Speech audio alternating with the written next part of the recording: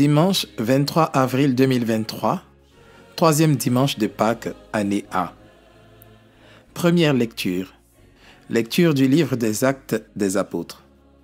Le jour de la Pentecôte, Pierre, debout avec les 11 autres apôtres, éleva la voix et leur fit cette déclaration. « Vous, Juifs, et vous tous qui résidez à Jérusalem, sachez bien ceci, prêtez l'oreille à mes paroles.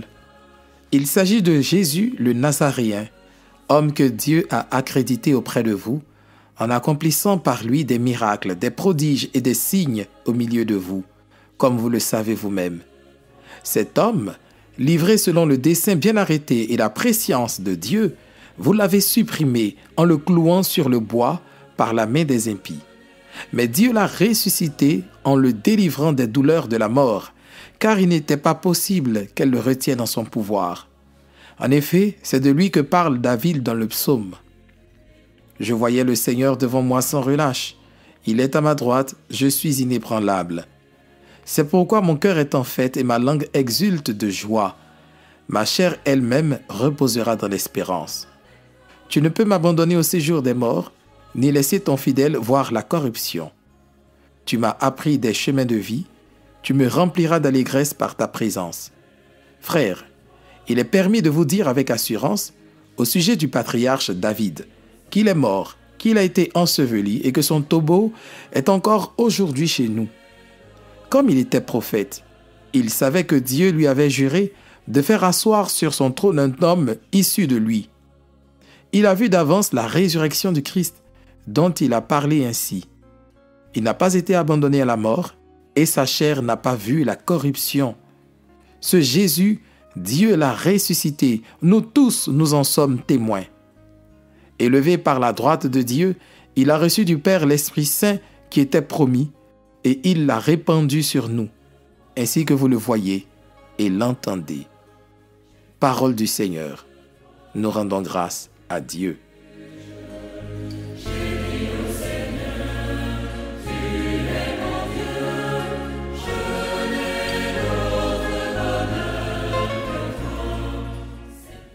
Psaume 15.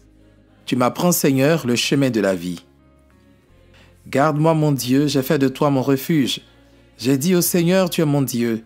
Seigneur, mon partage et ma coupe, de toi dépend mon sort. Tu m'apprends, Seigneur, le chemin de la vie. Je bénis le Seigneur qui me conseille. Même la nuit, mon cœur m'avertit. Je garde le Seigneur devant moi sans relâche. Il est à ma droite, je suis inébranlable.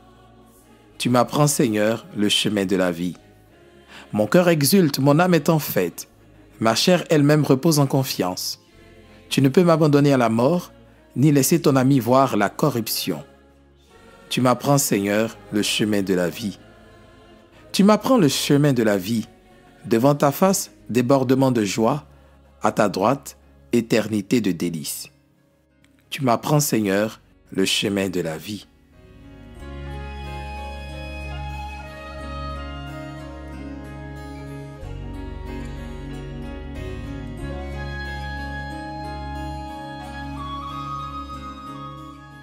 Deuxième lecture.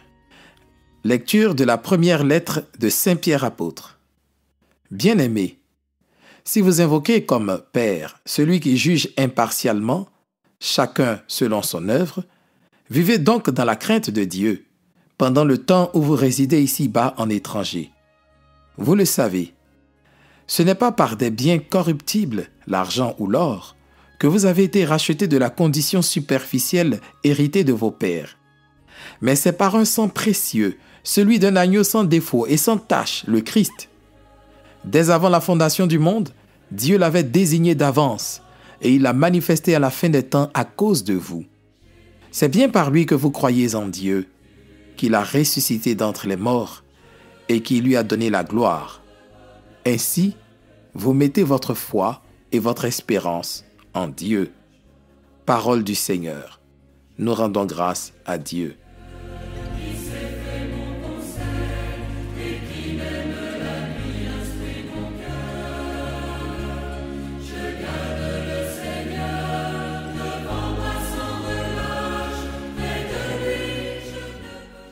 Évangile de Jésus-Christ selon saint Luc. chapitre 24, versets 13 à 35. Le même jour, c'est-à-dire le premier jour de la semaine, 2 disciples faisaient route vers un village appelé Emmaüs, à 2 heures de marche de Jérusalem, et ils parlaient entre eux de tout ce qui s'était passé. Or, tandis qu'ils s'entretenaient et s'interrogeaient, Jésus lui-même s'approcha et il marchait avec eux.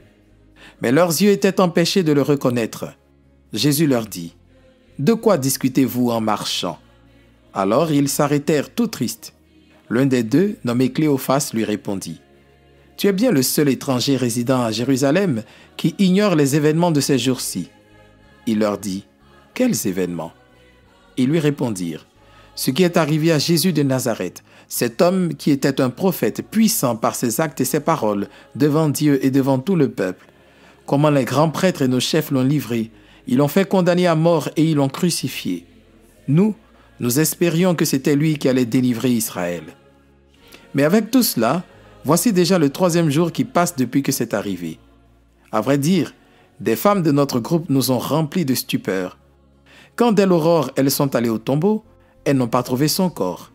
Elles sont venues nous dire qu'elles avaient même eu une vision, des anges qui disaient qu'il est vivant.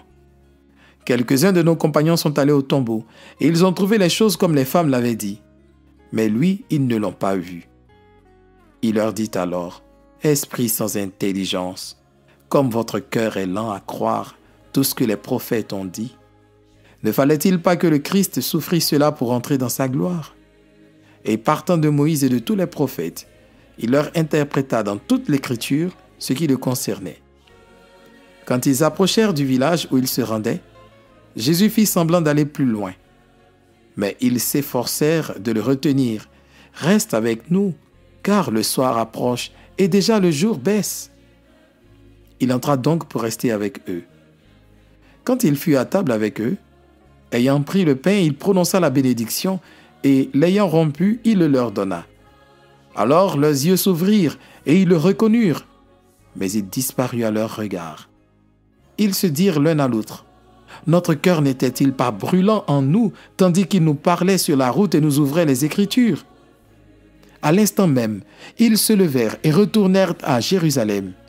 Ils y trouvèrent réunis les 11 apôtres et leurs compagnons qui leur dirent, « Le Seigneur est réellement ressuscité.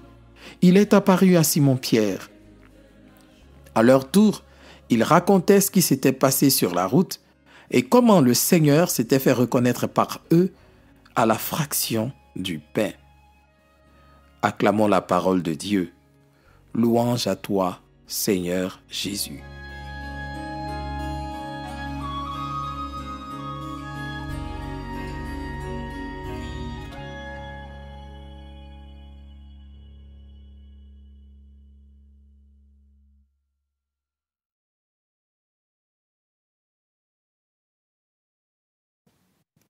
Il semble curieux que les disciples d'Emmaüs aient mis autant de temps avant de reconnaître Jésus. Après 3 années à sa suite, ils devaient être capables de reconnaître son visage, sa voix, son allure ou sa démarche. Mais comme dit le texte, c'est parce que leurs yeux étaient empêchés de le reconnaître. En réalité, Jésus leur est apparu sous un aspect inhabituel et ses disciples ne pouvaient le reconnaître avec leurs yeux de chair, mais seulement avec ceux de la foi. En clair, pour reconnaître le visage du ressuscité, il faut ouvrir les yeux de la foi. Autrement dit, le ressuscité ne se laisse toucher, voir et entendre que dans la foi. Et comme l'affirme saint Paul, la foi naît de ce qu'on entend, c'est-à-dire de ce qu'on a reçu comme enseignement au sujet de la résurrection du Christ Jésus. À ce propos, la première lecture rapporte la prédication de Pierre. Elle met en évidence un double témoignage sur lequel se fonde toute la foi au Christ ressuscité. Il s'agit en l'occurrence du témoignage des Écritures, d'une part, et de celui des apôtres, d'autre part. Le témoignage des Écritures. Jésus accomplit dans sa vie, sa mort et sa résurrection, toutes les prophéties annoncées dans les Écritures. On a l'exemple du psaume 15, aujourd'hui avec saint Pierre.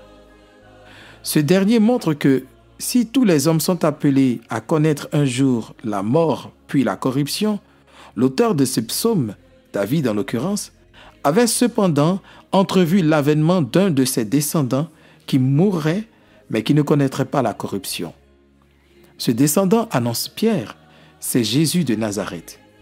Lui-même, Jésus de Nazareth, aurait pu dire simplement à Cléophas et à son compagnon, « C'est moi Jésus !»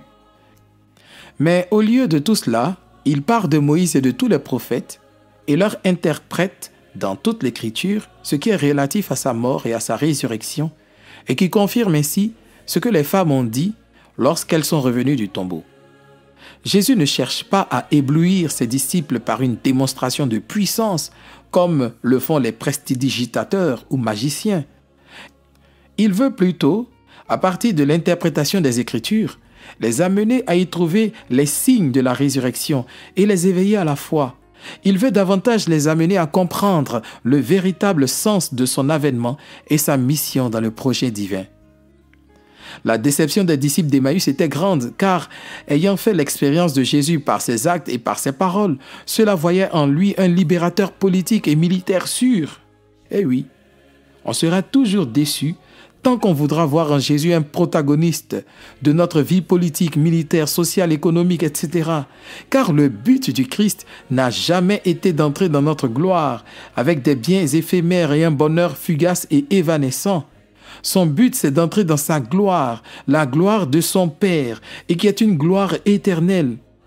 Son but, c'est de brûler notre cœur par son esprit, comme Pierre et les autres apôtres, le jour de la Pentecôte, d'y mettre le feu de la foi, de l'espérance et de la charité, le feu de la joie, la force et le courage pour vivre ici-bas dans la crainte de Dieu et la foi au Christ mort et ressuscité, afin d'avoir part, nous aussi, à sa résurrection.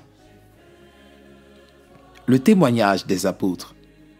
Le second pilier de la foi en la résurrection du Christ, c'est le témoignage des apôtres. Ce témoignage apostolique consiste en une annonce de la mort et de la résurrection de Jésus. Nous avons encore un exemple avec la prédication de Pierre. Ce dernier commence par annoncer la mort de Jésus. « Il s'agit de Jésus le Nazaréen. Cet homme, vous l'avez supprimé en le clouant sur le bois. » Ensuite, Pierre proclame la résurrection de Jésus. Dieu l'a ressuscité en le délivrant des douleurs de la mort. Et pour couronner le tout, Pierre ajoute son expérience personnelle avec le ressuscité. Nous en sommes témoins. Ainsi, au témoignage de l'Écriture et des apôtres, s'ajoute l'expérience personnelle avec le ressuscité. L'expérience personnelle avec le ressuscité. L'expérience du ressuscité, Cléophas et son compagnon l'ont faite sur le chemin d'Emmaüs. Ils parlaient entre eux de tout ce qui s'était passé, c'est-à-dire la mort de Jésus. Leur sujet de discussion, c'est Jésus. Ils s'entretiennent et s'interrogent à son sujet. Alors Jésus s'approche. En effet, quand on parle de Jésus, lui-même s'approche. Évoquer son nom, c'est déjà l'invoquer. Ainsi, cette promesse de Jésus prend tout son sens. Lorsque 2 ou 3 sont réunis en mon nom, je suis là au milieu d'eux. 2 heures de marche vers Emmaüs, 2 heures à parler d'eux et avec Jésus. Combien de temps prenons-nous au cours de nos voyages, en famille ou en communauté, à parler de Jésus dans le partage de sa parole ou avec lui dans la prière? En effet, s'il est vrai qu'on approfondit son expérience avec le ressuscité en méditant sa parole, on le réalise aussi en dialoguant avec lui dans la prière. Oui, le chrétien qui veut approfondir sa foi au Christ mort et ressuscité doit prier chaque jour, surtout aux 2 moments forts de la journée, le matin et le soir. Le matin, comme les femmes au tombeau, il va à la rencontre de son Seigneur pour puiser sa grâce, sa force et sa joie. Le soir, comme les disciples d'Emmaüs, il invite son Sauveur à demeurer près de lui afin de bénéficier de sa protection aux heures de la nuit où les forces maléfiques voudront se mettre en branle pour le tourmenter. En somme, frères et sœurs, Dieu a disposé près de nous tout ce qu'il faut pour que nos cœurs s'ouvrent à la foi véritable au Christ. Dans l'Eucharistie en l'occurrence, il dispose tous les signes de sa résurrection. Le témoignage des Écritures avec la lecture de la parole, le témoignage des apôtres à travers la prédication dans laquelle la vie de Jésus est lue à la lumière des prophéties anciennes. L'annonce de sa mort et de sa résurrection dans le credo et dans l'anamnèse. Nous annonçons ta mort, nous proclamons ta résurrection. l'expérience personnelle avec le ressuscité dans la prière. La fraction du pain qui, nous le voyons avec les disciples d'Emmaüs, est le signe le plus fort. Ainsi, célébrer la messe, c'est revivre avec les disciples l'événement de la résurrection. Vivons donc avec plus d'entrain, d'ardeur et de piété chacun de ces rites. Accordons un soin particulier à l'écoute de la parole et de son interprétation. Alors, nos yeux de la foi s'ouvriront et nous reconnaîtrons à notre tour dans le pain eucharistique le visage glorieux de Jésus de Nazareth, mort et ressuscité, vivant à jamais avec le Père dans l'unité du Saint-Esprit pour les siècles des siècles. Amen.